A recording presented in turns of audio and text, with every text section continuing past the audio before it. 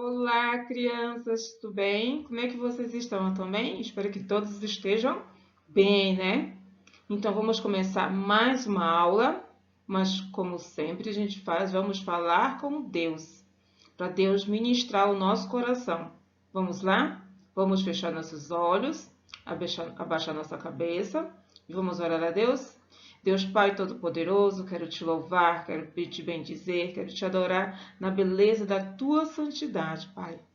Vivo mais um dia aqui, Senhor Deus, para aprender da tua palavra, Pai, dos teus ensinamentos, os ensinamentos que tu deste aos teus apóstolos, está contido na tua palavra, Pai, que é a Bíblia, Pai, o nosso manual, Pai. Deus de poder, Deus de glória, peço que esteja abençoando a cada criança, Senhor, que vai escutar da tua palavra, dos teus ensinamentos, Pai. Que esteja abençoando a cada um, Pai. Agora, peço, Senhor, que tu leve o nosso coração e o nosso pensamento cativo, Pai, nos teus ensinamentos, Pai, para que nós possamos aprender, para que nós não sejamos enganados, Pai, nesses últimos tempos, Pai. Que o Senhor venha ministrar, trabalhar no nosso coração. Peço a tua bênção sobre cada família aqui representada. Peço que esteja abençoando a vida da tia Márcia e da tia Débora, Pai. Nós te louvamos e nós te agradecemos pela oportunidade de estar aqui mais um dia. Amém. Então, a nossa aula de hoje vai falar sobre a igreja verdadeira. E a lição é a lição 10. Certinho, criançada? Muito bem. Vamos começar a nossa aula? Vamos ver o que a gente vai aprender hoje sobre a igreja verdadeira. Vamos agora saber o significado, as definições da palavra igreja. Igreja quer dizer chamados para fora. Na Bíblia, o termo é usado para o quê? Para definir, né, reunião de pessoas e não de casas e templos. É o povo escolhido de Deus, então nós somos a igreja. São as pessoas que são a igreja de Cristo, que fomos escolhidos por Deus. Mas, com o passar do tempo, o que é que aconteceu? As pessoas usam esse termo igreja, né, para o quê? Para falar sobre o local onde se reúnem pessoas, tá? Que vão para cultuar a Deus, né? Que inclui aquelas pessoas que acreditam, que creem em Jesus Cristo. Ok, criançada? Tudo bem até aí? Nós vamos continuar falando sobre a igreja. No Antigo Testamento, o que acontecia? As pessoas se reuniam, né, para sacrificar e fazer rituais de festas. Apenas o povo judeu, eles eram considerados o povo de Deus. Quando Jesus veio, ele incluiu todas as nações como sua igreja, inclusive o povo brasileiro, tá? Então, incluiu todos os povos, todas as nações como sua igreja também. E isso a gente pode ver escrito, tá? Na palavra de Deus. Então, nós vamos lá no livro de Apocalipse, capítulo 5, versículo do 9 ao 10, que fala assim: E entoaram um novo cântico, dizendo: Digno és de tornar o livro e abrir-lhe o selo, porque foste morto e com o teu sangue compraste para Deus os que procedem de toda tribo, língua, povo e nação. E para o nosso Deus constituíste reino e sacerdote, e reinarão sobre a terra. Então, todos nós somos filhos de Deus, somos considerados como povo de Deus, tá? E a gente pode ver, quando a igreja começou a ser constituída, lá em Atos, né? Depois vocês podem ver lá no capítulo 2, no versículo 41, que foi quando foi o Pentecoste, tá? Que muitas pessoas ouviram da palavra de Deus, aceitaram a palavra de Deus, eles se converteram imediatamente, eles foram batizados, quase 3.000 homens, tá? Então, foi aí que foi se construindo a Igreja de Deus, que a igreja se tornou mista, né? Que somos nós, o povo gentil, e o povo judeu, que é o povo de Deus. Então, a igreja que está aqui na terra, ela é o quê? É uma só. Então, vamos verificar lá em Efésios do capítulo 4, do 4 ao 6. Então, vamos lá na nossa Bíblia. Já conseguiram abrir? Já? Então, vamos lá. Então, fala assim, versículo 4 do capítulo 4. Há somente um corpo e um espírito, como também foste chamado numa só esperança da vossa vocação. Há um só Senhor, uma só fé, um só batismo, um só Deus e Pai de todos, o qual é sobre todos, age por meio de todos e está em todos. Então, há somente uma só igreja. Essa igreja, ela é santa, tá? Então, a igreja é santa. Por quê? Porque foi separada e escolhida por Deus. A igreja também, ela é universal. Universal porque existe no mundo inteiro. A igreja também, ela é apostólica, tá? Ela é apostólica, porque está fundada sobre os ensinamentos dos apóstolos, que por vez aprenderam tudo isso com o grande mestre que é Jesus, com o grande mestre que os apóstolos andaram. Então, eles aprenderam tudo sobre a igreja. Vamos conferir lá em Efésios 4:15, vamos ver o que fala lá sobre apostólica, a igreja é apostólica. Vamos lá. Mas, seguindo a verdade e amor, cresçamos em tudo naquele que é o cabeça, que é Cristo. Então, Cristo é o cabeça da igreja, tá? Então, a igreja é uma só, ela é santa, ela é universal, ela é apostólica. E o título da nossa revista fala sobre a igreja verdadeira. Como podemos saber se uma igreja é realmente verdadeira?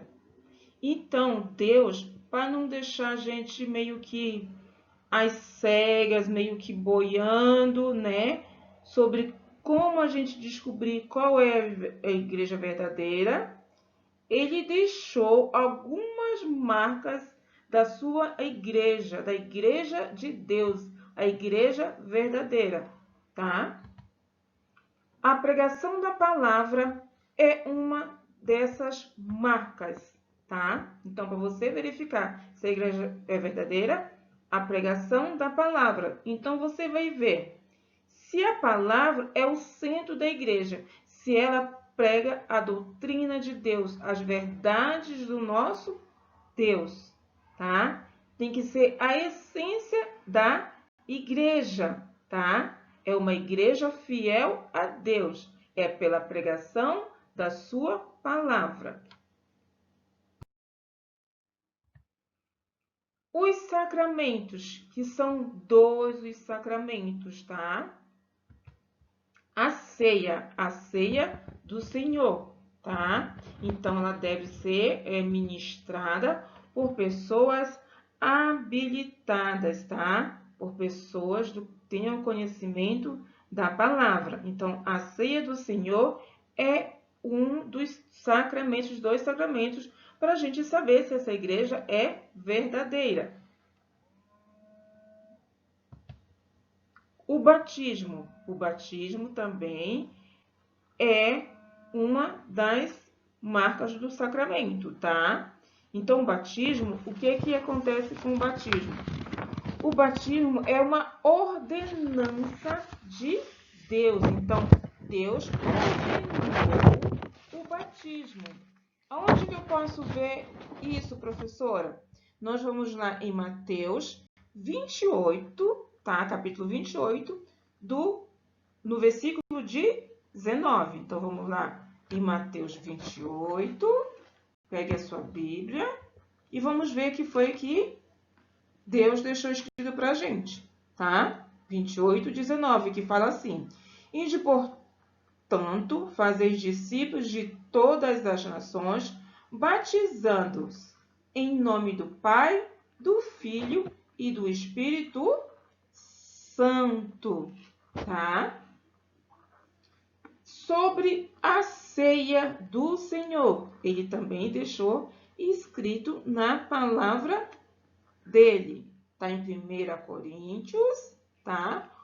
Capítulo 11, versículo 26. Então, vamos novamente na palavra de Deus para ver que Deus deixou escrito, que fala assim: porque todas as vezes que comerdes este pão e beberdes do cálice, anunciai a morte do Senhor até que ele venha. Então, está aqui na palavra de Deus para a gente reconhecer que é uma igreja verdadeira, pelos seus sacramentos.